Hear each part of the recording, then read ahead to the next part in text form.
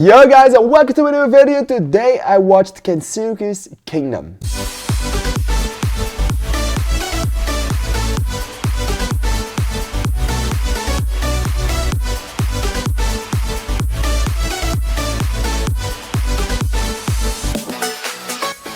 Alright, so Kensuke's Kingdom is actually a film from 2023, but it only has released in the Netherlands in movie theaters in this year. So it's technically a 2025 film for me, which is the reason why I'm reviewing this. There's one other film that will grant that repercussion, which is Wolves, which I will review somewhere in December.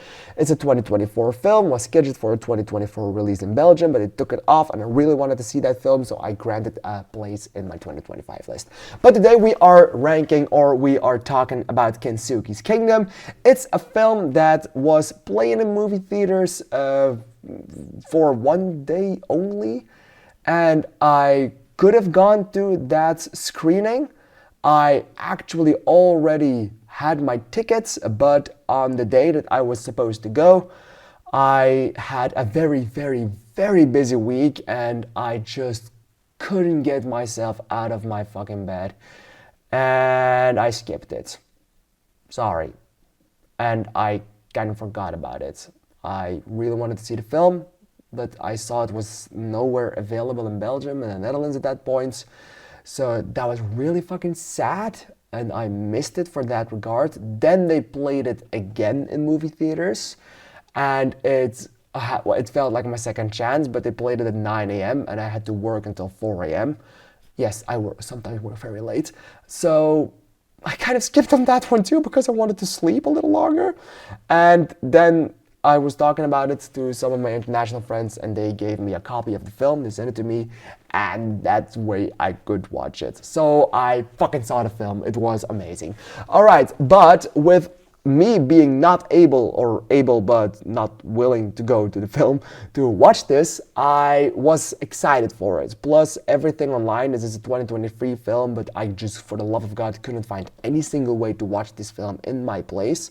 Not even using VPNs or something like that. I was really starting to get bothered by it, and I kind of almost gave up on this film altogether because I thought like, okay, this was one of these special gems from 2023 that I couldn't watch, and now that I got the opportunity and my excitement was through the roof for me finally being able to open up to this film, for me finally being able to watch it, I have to say I was a little disappointed by it, but not by a great means. Again, I watched this film when I was very tired, wasn't a great idea, slept apparently through half of this film, so I saw the beginning and the first half, which was just okay, and then I woke up, saw the ending, thought I had seen the entire thing, but I felt like the movie went on a little bit too quick for that first half, being so slow in my opinion, so I rewatched that second half, realized I slept through it, this time saw it awake, gave the entire film another chance, and this is the point where I am right now. I still think it's a little disappointing. It's not as good as I hoped this film would be, but I can definitely see the appeal, and I can see why Cillian Murphy signed onto this project when he first heard about it, because it's definitely something with a story that is worth telling. That is just a really good story. The book it was based on, it's probably a really good book. I don't read anything else than subtitles, so I have no idea if the book is any good, but Cillian Murphy signed on to this project, and I have to say that hearing that thing alone, that he just willingly signed on to this project, also was something that really excited me. Like, it had to be something special. It had to have a special flavor to it that made everyone like this so much. And I feel like I personally missed that flavor in this. So I thought it was good, but not as good as I expected it was going to be. The story is good, but I have seen it before. I have seen it before multiple times actually, and I think I even saw this multiple times in a better way than I saw it today. And the film is very slow. It takes its time, but it's still a very short film. It's 1 hour 24 minutes, 1 hour 19 if you don't count credits. And still I felt like it dragged on in certain parts. It definitely dragged on in the beginning of the film, I think. And also dragged on a little too long at the beginning segment of the island. Again, everything in the first half. To then speed through every event in that second half of the film, everything with the chimpanzees or the monkeys, what kind of animal it is, and the man that is also in there in Kensuke, it was good enough, and I kind of wanted more of that second half in my first half, because the second half had the most interesting things happening.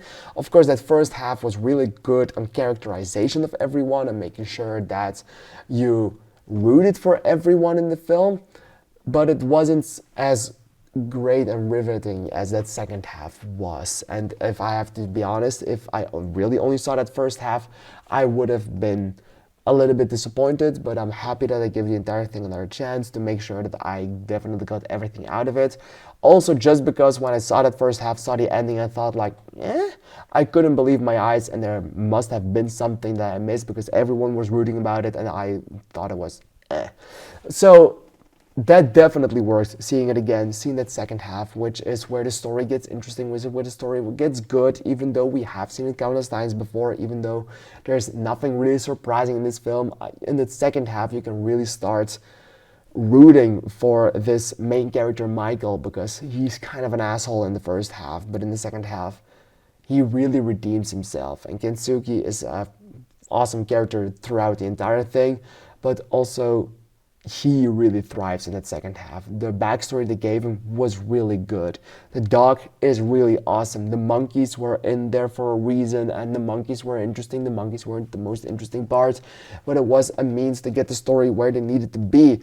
Feel like the ending, the last shot of the film, everything that they have built up towards happens all of a sudden, in my own opinion. There's no real thing leading up to that ending. It just somehow just happens, and that is also when the film just ends. So I feel like this film ended way too abrupt. They could have used 5 more minutes to flesh some things out more and to make sure that it feels more natural for that ending to come in, but that is the main thing I have with this film. Everyone does a fine job in the acting department. Cillian Murphy is fun for the time that he's in it, and Sally Hawkins, if I say her name correctly, I have no idea. She's in it as well. She also does a fine job, and it's also always nice to hear Ken Watanabe's voice again, even though he only speaks Japanese and he doesn't speak a lot in the film. It's awesome to have him there, and he does this role also really great. I had fun with Kensuke's Kingdom. I thought it was good enough, just hoped it would have been better. In the end, I probably feel the best with giving this one 3 stars and a heart, because I definitely like that second half a lot. I feel like it's missing something for me to give it a 7 out of 10. And a 6 out of 10 feels very in place and very nice for a film like this. It's also not my target audience. I was not a target audience. It's aimed at children being 9 years and older, which is okay. I definitely still like the film. What did you think of Kensuke's Kingdom? Please let me know in the comments down below, because I'm really excited to hear your opinion on this one. I want to thank you for watching, and I'd like to see you in the next video. Thank you, and bye-bye.